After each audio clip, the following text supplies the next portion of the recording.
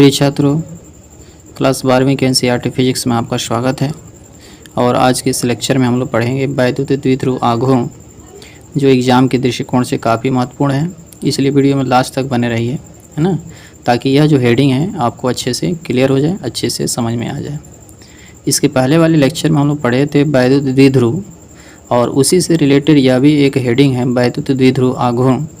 तो आइए देखते हैं कि यह जो प्रश्न है किस तरह से एग्ज़ाम में पूछता है।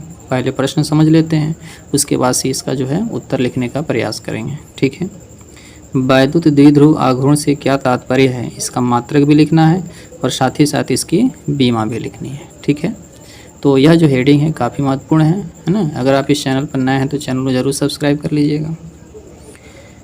इसमें होगा क्या कि जो वैद्युत द्विध्रुव की रचना करने वाले जो दो आवेश होते हैं, और ये दोनों आवेश माइनस क्यू और प्लस क्यू आवेश होते हैं, है ना। तो उन आवेशों में से किसी एक आवेश का हमको परिमाण लेना है। अब परिमाण क्या होता है ना, ये परिमाण क्या होता है देखिए, मैं एक बार समझा दे रहा हूँ। ये माइनस क्यू है, इसका परिमाण, चाहे प्लस क्यू है, इसका परिमाण हमेशा जो है प्लस पॉजिटिव वैल्यू देगा। चाहे माइनस क्यू का अगर हम माड निकाल दें तो माड निकालने का मतलब उसका परिमाण निकाल रहे हैं। तो अगर माइनस क्यू का परिमाण निकालें, प्लस क्यू का परिमाण निकालें, तो ये हमेशा क्यू ही मान देगा, अर्थात ये धनात्मक मान देता है। ठीक है, तो वैद्युत द्विध्रुव आघूर्ण होता क्या है ना, किसी वैद्युत द्विध्रुव की रचना करने वाले जो दो बिंदु आवेश होते हैं, इनमें किसी एक आवेश का परिमाण लेना है। चाहे माइनस क्यू का ले लें, चाहे प्लस क्यू का ले लें। तो दोनों आवेशों का परिमाण तो एक ही अंक होता है जो प्लस क्यू के बराबर हो जाता है।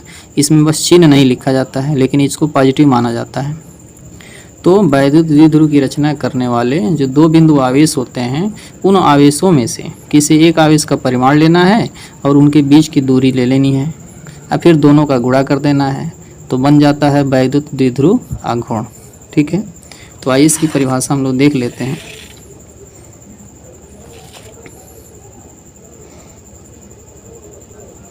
वैद्युत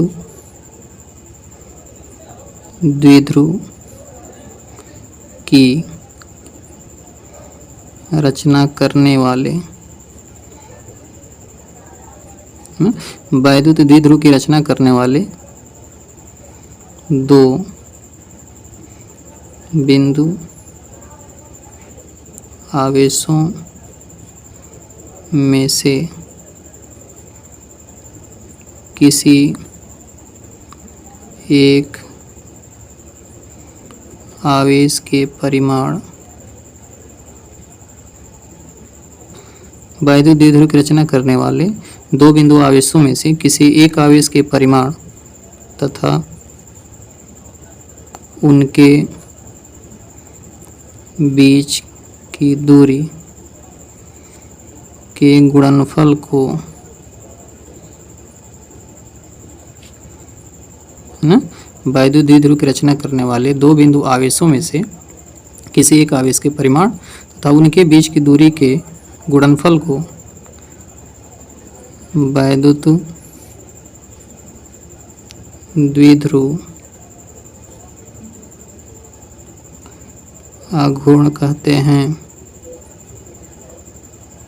ठीक है ना, एक बार परिभाषा इसको अच्छे से समझ लेते हैं। वैद्युत द्विध्रुव की रचना करने वाले, देखिए यहाँ वैद्युत द्विध्रुव बना हुआ है, तो इसकी रचना करने वाले कौन कौन से आवेश हैं, एक माइनस क्यू आवेश है, एक प्लस क्यू आवेश है, और ये दोनों आवेश जो है इस द्विध्रुव की रचना कर रहे हैं, इसको निर्माण कर रहे हैं, इसको बना रहे हैं। तो वैद्युत द्विध्रुव की रचना करने वाले दो बिंदु आवेशों में से, मतलब दो बिंदु आवेशों में से किसी एक आवेश के परिमाण, या तो माइनस क्यू का परिमाण ले लिया जाए या प्लस क्यू का परिमाण लिया जाए, मतलब दोनों आवेशों में से किसी एक आवेश का परिमाण लेना है। तो परिमाण के लिए अभी मैंने बताया किस तरह से लेना है कि माइनस क्यू ले लें, इसका परिमाण, चाहे प्लस क्यू ले लें, इसका परिमाण हमेशा क्यू का मान देगा, है ना। इसका चिन्ह बस हटा दिया जाता है, चाहे माइनस लें चाहे प्लस लें। तो वैद्युत द्विध्रुव की रचना करने वाले दो बिंदु आवेशों में से किसी एक आवेश के परिमाण तथा उनके बीच की दूरी के गुणनफल को वैद्युत द्विध्रुव आघूर्ण कहते हैं। इसे P से प्रदर्शित करते हैं, इसे P से निरूपित करते हैं,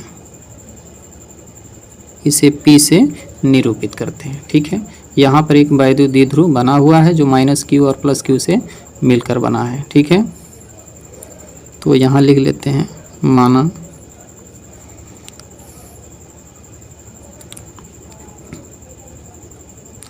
माना दो आवेश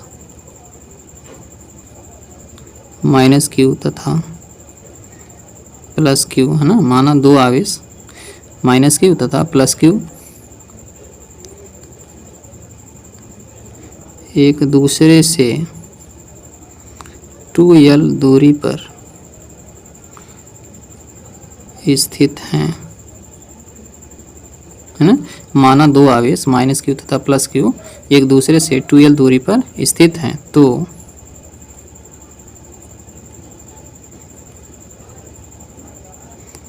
वैद्युत द्विध्रुव आघूर्ण, ठीक है ना। तो वैद्युत द्विध्रुव आघूर्ण क्या होगा, देखिए P बराबर होगा Q इंटू 2l। ये Q क्या है, दोनों में से किसी एक आवेश का परिमाण है, तो परिमाण हमेशा बिना चिन्ह का लिखा जाएगा। ठीक है, माइनस क्यू का अगर परिमाण निकालें तो Q ही आएगा, और प्लस क्यू का भी परिमाण निकालें तो Q ही आएगा। तो दोनों में से किसी एक आवेश का परिमाण लेना है और इनके बीच की दूरी ले लेना है। मतलब इसके बीच की दूरी 2l है। बीच की दूरी 2l इसलिए माना जाता है क्योंकि आगे जो है इस पर न्यूमेरिकल लगाना आसान हो जाएगा, इसीलिए इसकी दूरी 2l ले ली जाती है। ठीक है, तो P बराबर Q इंटू 2l हो गया। आप जो है इसको ऐसे लिख सकते हैं, P बराबर 2QL, इस तरह से लिख सकते हैं, P बराबर 2QL। अगर सदिश रूप में हम इसको लिखें, सदिश रूप में, तो P पर हम वेक्टर लगा देंगे। तो अगर सदिश रूप में इसको लिखा जाए तो P पर एक लकीर खींच देंगे, इसको हम वेक्टर कहेंगे। P पर वेक्टर खींच देंगे और 2Q और यहाँ L पर वेक्टर खींचना है ना, उसकी लंबाई पर जो है वेक्टर खींचना है। तो इसका जो है सदिश रूप है ये। तो वैद्युत द्विध्रुव आघूर्ण जो होती है एक सदिश राशि होती है। यहाँ लिख देते हैं, यह एक सदिश राशि है, यह एक सदिश राशि है। इसकी दिशा, इसकी जो दिशा होती है ना, इसकी जो दिशा होती है माइनस क्यू आवेश से, माइनस क्यू आवेश से प्लस क्यू की ओर होती है।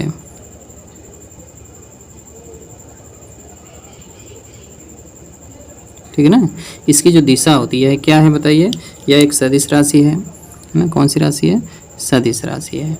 और इसकी जो दिशा होती है माइनस क्यू आवेश से प्लस क्यू की ओर होती है। अब यहाँ चित्र में देख सकते हैं P की जो दिशा होगी माइनस क्यू से प्लस की ओर होगी। ठीक है, यहाँ पर आप चाहें तो तीर बना सकते हैं इसकी दिशा दिखाने के लिए। इसकी दिशा हमेशा माइनस क्यू से प्लस क्यू की ओर होती है। ये कौन सी राशि बताइए, यह एक सदिश राशि है। इसका मात्रक क्या होगा, देखिए मात्रक यहीं से बन जाएगा। क्यू क्या है, आवेश है। क्यू क्या बताइए, आवेश है। ठीक है, और यल क्या है, लंबाई है। क्यू आवेश है, यल लंबाई है। तो पी का जो मात्रक होगा ना, आवेश का मात्रक कूलाम होता है और लंबाई का मात्रक मीटर होता है, तो कूलाम मीटर, कूलाम मीटर। इसका जो मात्रक होगा कूलाम और मीटर के बराबर हो जाएगा। तो यहाँ लिख देते हैं, इसका मात्रक, इसका मात्रक कूलाम मीटर होता है। इसका मात्रक होता है कूलाम मीटर।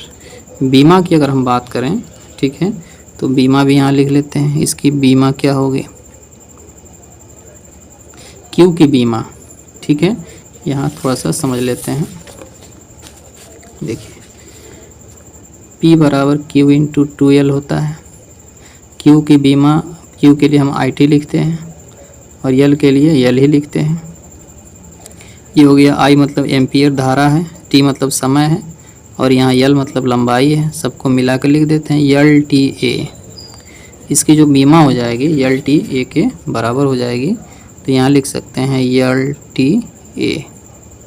L लंबाई है, T समय है। ये जो है एम्पियर के लिए A लिखा गया है। ठीक है, तो आपने इसका मात्रक भी देखा, बीमा भी देखा, ये कौन सी राशि है ये भी आपने देख लिया। तो एक बार शुरू से इसको देख लेते हैं। वैद्युत द्विध्रुव की रचना करने वाले दो बिंदु आवेशों में से किसी एक आवेश का परिमाण तथा दोनों आवेशों के बीच की दूरी के गुणनफल को हम वैद्युत द्विध्रुव आघूर्ण कहते हैं। इसे P से प्रदर्शित करते हैं। माना दो आवेश -q तथा +q एक दूसरे से 2l दूरी पर हैं, तो वैद्युत द्विध्रुव आघूर्ण जो होगा P बराबर Q × 2l, मतलब दोनों में से किसी एक आवेश का परिमाण ले लेना है और बीच की दूरी ले लेना है, तो इनका गुणा कर देना है, तो ये वैद्युत द्विध्रुव आघूर्ण जो है निकल जाता है। ठीक है, अगर वेक्टर के रूप में लिखें तो P पर जो है एक वेक्टर खींच देना है, L पर एक वेक्टर खींच देना है। ठीक है, यह एक कौन सी राशि होता है, यह एक सदिश राशि है। इसकी दिशा जो होती है वो -q से +q की ओर होती है। तो यह एक सदिश राशि है और इसकी दिशा -q आवेश से +q की ओर होती है। इसका मात्रक कूलाम मीटर होता है। q मतलब आवेश है, इसका मात्रक कूलाम होगा, l लंबाई है तो इसका मात्रक मीटर होगा। तो कूलाम मीटर जो है इसका मात्रक हो जाएगा। इसकी बीमा क्या होगी, LTA जो है इसकी बीमा हो जाएगी। L मतलब लंबाई, Q मतलब आवेश होता है, लेकिन आवेश IT के बराबर होता है, और I के लिए धारा के लिए A लिखा जाता है एम्पियर के रूप में, और T के लिए T लिखेंगे और L के लिए L लिखेंगे, तो LTA जो है इसकी बीमा हो जाएगी। एक बार इसका स्क्रीनशॉट लेकर इसकी कॉपी में अच्छे से लिख लीजिए और इसको तैयार कर लीजिएगा। ठीक है, वीडियो अगर पसंद आए तो इसे लाइक भी कीजिए और अपने दोस्तों को शेयर भी कीजिए। ठीक है,